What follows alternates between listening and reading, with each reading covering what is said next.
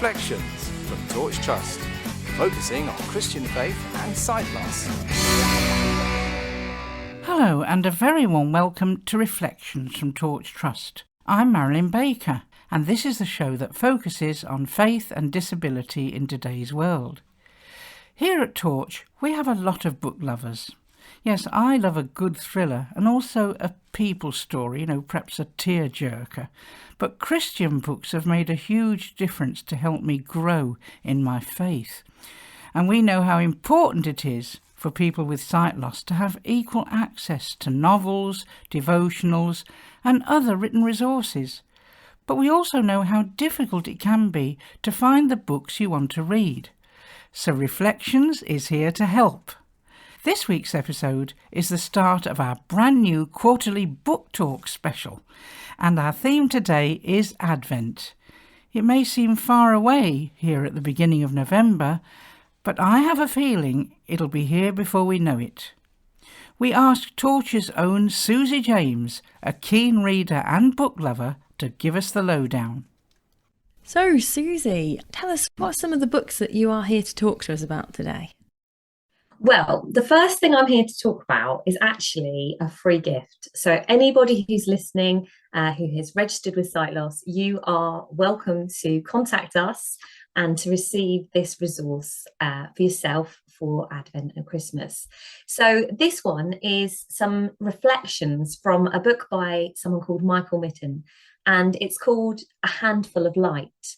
And I think at this sort of season of the year, light is really fitting, isn't it? The days are drawing in and it's a time where we want to sort of light candles and have fires and, the darkness is closing in. And so this book is just a series of little reflections which should just encourage you in this dark season. So even if you're not someone who follows the Christian faith, hopefully it's something that you would find encouraging. So do get in touch with Torch if you'd like to order one of those. Brilliant. That sounds really encouraging, and what a lovely kind of festive read to kind of really get the festive spirit going.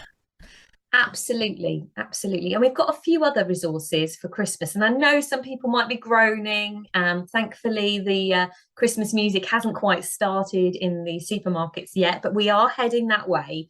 And it is best to plan ahead. So some of the other resources that we've got ready for you for Christmas. First of all, it's Sharing the Christmas Story.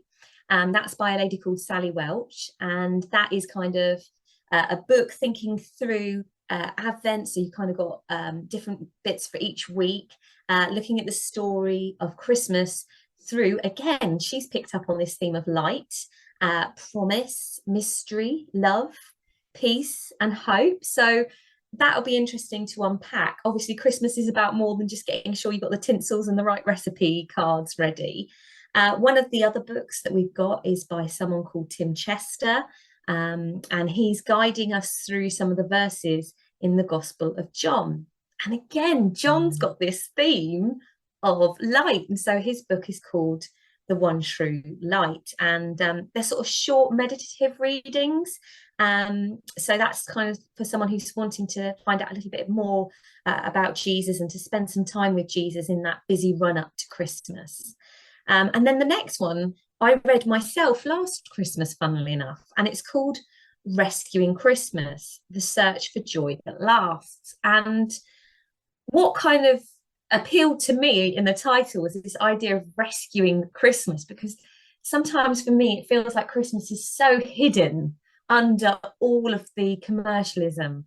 There's all these extra events going on, there's all the soppy Christmas movies. Don't get me wrong, I do enjoy them, but there seems sometimes to be so much to do, and the busyness of Christmas, you think, what is this even about? And so this idea of rescuing Christmas, I thought, yeah, let's look into that.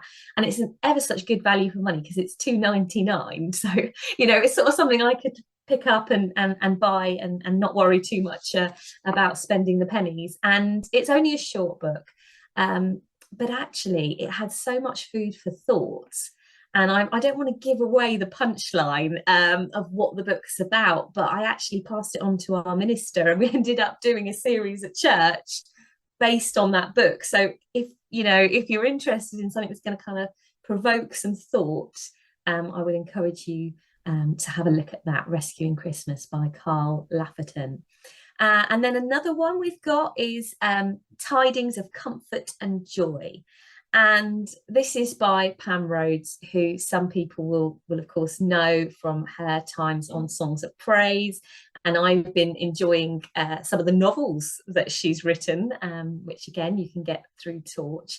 And this is bringing together some of her favourite carols, poems, Bible readings, and different passages from various sources. So there's some sort of classics, you know, your good old favourites, and then some different reminiscences that she shares from her past and from the Christmas story. So it's a really enjoyable, heartwarming resource to kind of read through as you're preparing for Christmas. And don't forget, if you'd like copies of any of the books Susie's talked about today, we'll be giving out our contact information at the end of the show. We'll be getting back to our book chat with Susie in just a few minutes, but first it's time for our thought for the week. This week's thought is by our producer, Grace Dawson, and it's about one of her favourite childhood books. I recently reread a favourite childhood book of mine. I wonder if any of you have read Anne of Green Gables. Written by Lucy Maud Montgomery and first published in 1908, it's a real classic of children's literature, and it deals with some pretty big themes. On this rereading of Anne, there was one bit in particular that really stood out to me. Anne is an orphan adopted by Marilla and Matthew Cuthbert by accident when they really wanted a boy. This extract is from Anne's first night at Green Gables, when Marilla finds out she has never said any prayers, as no one has really taught her about God, and she doesn't know how. Marilla decided that Anne's religious training must be begun at once. Plainly, there was no time to be lost. "You must say your prayers while you are under my roof, Anne." "Why, of course, if you want me to," assented Anne cheerfully. "I'd do anything to oblige you, but you'll have to tell me what to say for this once. After I get into bed, I'll imagine out a real nice prayer to say always. I believe that it will be quite interesting now that I come to think of it." "You must kneel down," said Marilla in embarrassment. Anne knelt at Marilla's knee and looked up gravely. "Why must people kneel down to pray? If I really wanted to pray, I'll tell you what I'd do. I'd go out into a great big field all alone, or into the deep, deep woods, and I'd look up into the sky, up, up, up into that lovely blue sky that looks as if there were no end to its blueness. And then I'd just feel a prayer. Well, I'm ready. What am I to say?" Now, although this notion is quite shocking to the very straight-laced Marilla, as a child it thrilled me. Still does now, actually. Why should faith be passive, quiet, done in the same way as other people do just because that's the standard? I think I took this passage on board way more than I ever realised, because all my life I have never felt closer to God than when I'm outside in the world that He created. So pray your way, worship your way. God can still hear you. And this is my challenge to you. Have a think about when you most feel God. It might be in church, or in the woods, or on a long journey. When do you think you could feel a wordless prayer? Give it a go. I love Anne of Green Gables, actually. I loved the film when I first saw it. Absolutely fantastic. Now it's time for the final part of our book talk with Susie, and I think she has a special treat for us to close with. Let's listen and find out.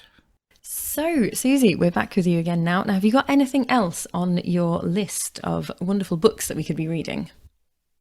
Yes, actually, Grace, this one isn't a Christmas book as such, but I think it's something that people might enjoy reading over Christmas, or it might be a good gift, especially if you have a grumpy old man in your life. I don't know what it is about age, but, you know, we seem to find ourselves getting a little bit grumpier. And Adrian Plass is your typical grumpy old man. He's absolutely wonderful. He's hilarious. But he sees things in a certain way. And his book is called Still Crazy. And well, that's what he's like. You know, he is kind of going through some of the ins and outs of his life, and he reflects on different predicaments that he finds himself on. And then somehow he manages to make us laugh. He makes us think. And he leads us into questioning ourselves and how we see the world. And that's where the kind of faith element comes in. So it's really an interesting book. Again, I think this is something that even if you're not coming from a Christian background, you will find it interesting and thought-provoking. And yeah, it will make you smile. And at times he'll make you feel uncomfortable.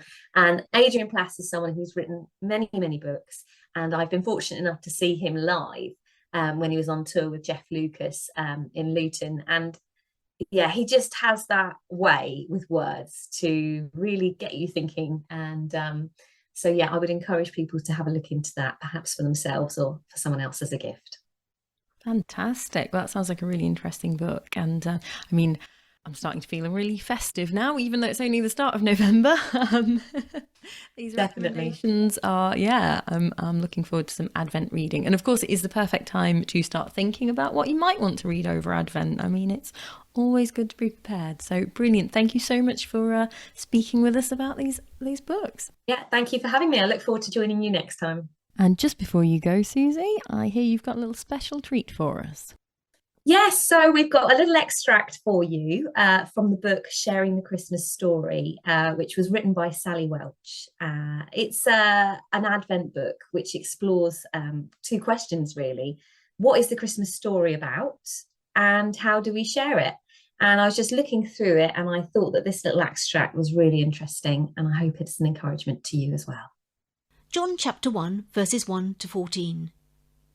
In the beginning was the Word, and the Word was with God, and the Word was God.